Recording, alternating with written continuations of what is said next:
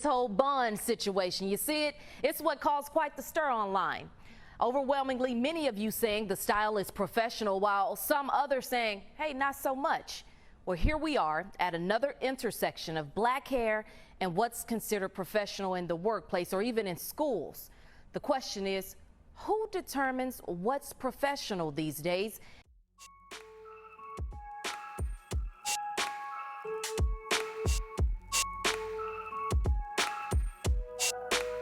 Hey loves, welcome back to the channel. It's your first time here.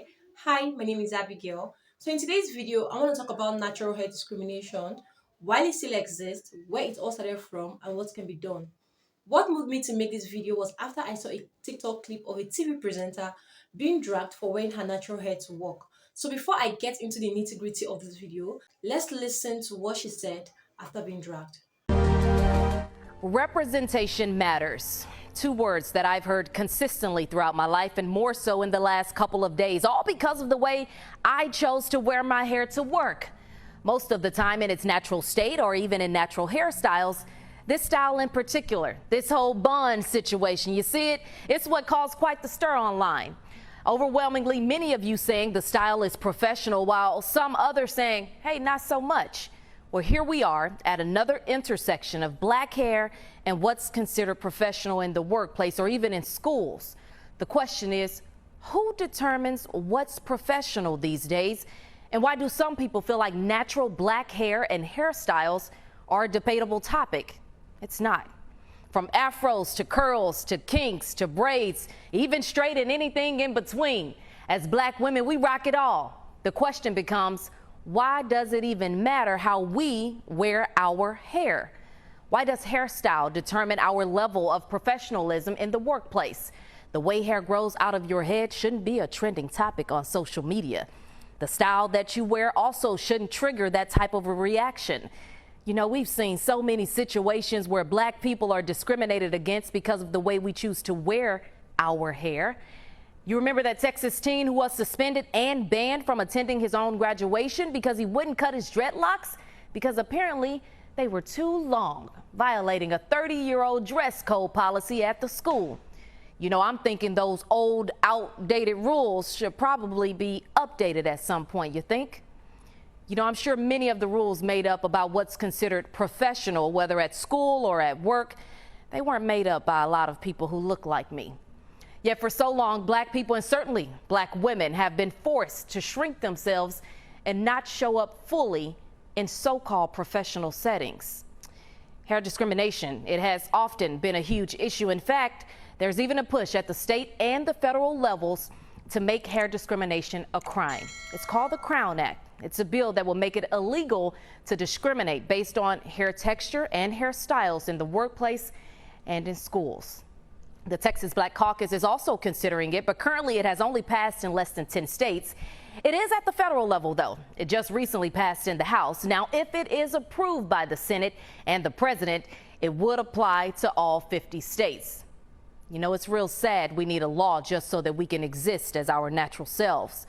But here we are, so I guess we'll wait and see how that goes. By the way, if you are one of those people typing on your keyboard about this style not being professional, please help me understand, why does my crown offend you so much?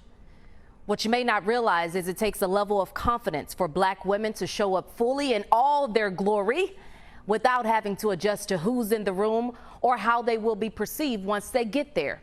It is work. So before you decide to offer your little feedback about how someone should wear their hair, I ask that you examine what's really causing you to think such a way. So back to those two words that got us here. Representation matters, and it truly does.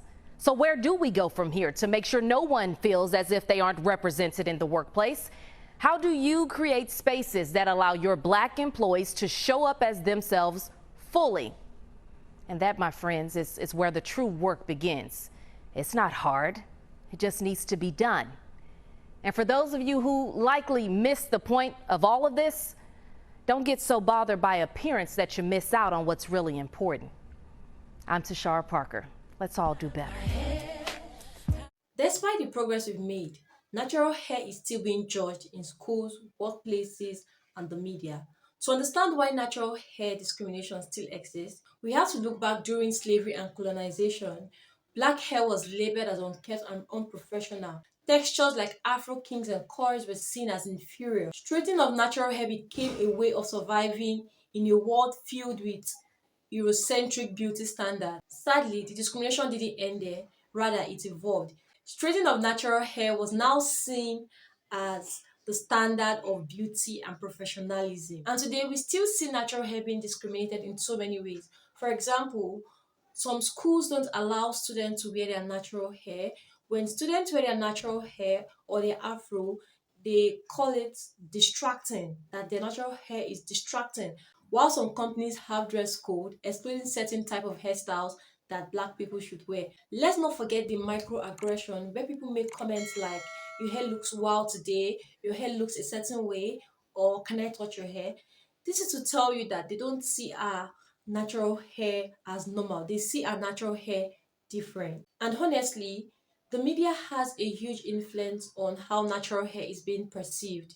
We've seen a lot of representation of natural hair on TVs and movies, but the truth is that it is actually not enough. You know why? Because this representation of natural hair we see are limited to a certain texture of natural hair. What we mostly see are natural hair with looser coils being mostly represented or pushed at the forefront, unlike the type 4 natural hair. And if you remember what the TV presenter said, she said representation matters. Honestly, representation really and truly matters. Because if all natural hair textures are being normalized, celebrated, and embraced, there is no way people would see our natural hair as being inferior. If our natural hair, all types of natural hair, are being pushed to the forefront, the type 3 hair, the type 4 hair, every type of natural hair are being pushed to the forefront, there's no how people would prefer one texture of natural hair over the other. They would see the beauty in different textures of natural hair. So it's a fact that representation matters. And when we don't see all types of natural hair being represented or being celebrated, it gives us the notion that one texture of natural hair is more better and acceptable than the other, which is actually not supposed to be. And the impact of this natural hair discrimination has gone beyond the surface. It has affected some people's confidence and sense of identity. Now, imagine being told that your natural hair is not professional. How would you feel? How would that make you feel? Would you feel happy when somebody walks up to you and tell you that your natural hair is distracting or it's not professional, or saying things that doesn't make sense, making um nasty comments about your hair? Would that make you feel happy? Certainly not. That is why so many black people now spend more time straightening and altering their natural hair, not because they want to, but they feel like they have to, because I mean, just to fit in. And that is obviously peer pressure. When you have to do something that you don't genuinely want to do, you just have to do it just to fit in, and so that you don't get nasty comments and whatnot. You understand what I mean? So this natural hair discrimination is really affecting a lot of people. That is why you see natural hair influencers and everyday people showcasing their natural hair on social media just to change that narrative that natural hair can be professional. Natural hair is not unprofessional.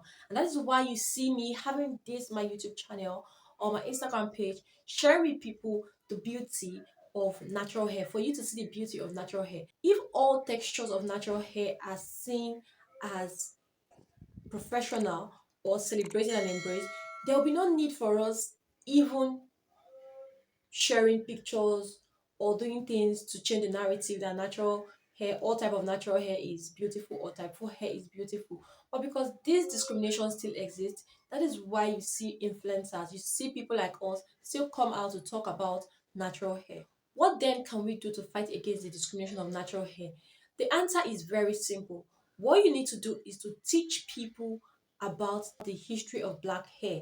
I am coming here to talk about this, is me enlightening you, educating you, because obviously as you're watching this video, you're learning one or two from this video. What you want to do is to teach people about the history of black hair, and also celebrate, embrace, and accept all natural hair type, all natural hair textures, because all natural hair types and textures are actually beautiful. There's no one that is inferior, and there's no hair that is superior. All natural hair are the same. They're all superior. They're all good looking. They're all beautiful. And also, you as well need to embrace and love your own natural hair, because if you don't love and embrace your own natural hair, there is no way you would be able to teach people about the history of black hair.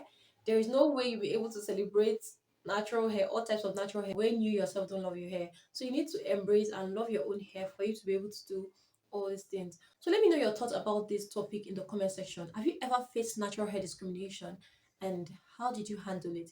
If you enjoyed this video and you caught this far, kindly give this video a very big thumbs up, leave a comment as usual, and share this video for someone else to see. And if you got this far and you haven't subscribed to this channel, I don't know what you're waiting for. Kindly hit the subscribe button and turn the notification bell so you can be notified anytime I get to publish a new video on my channel. On this note, see you in my next video. Bye.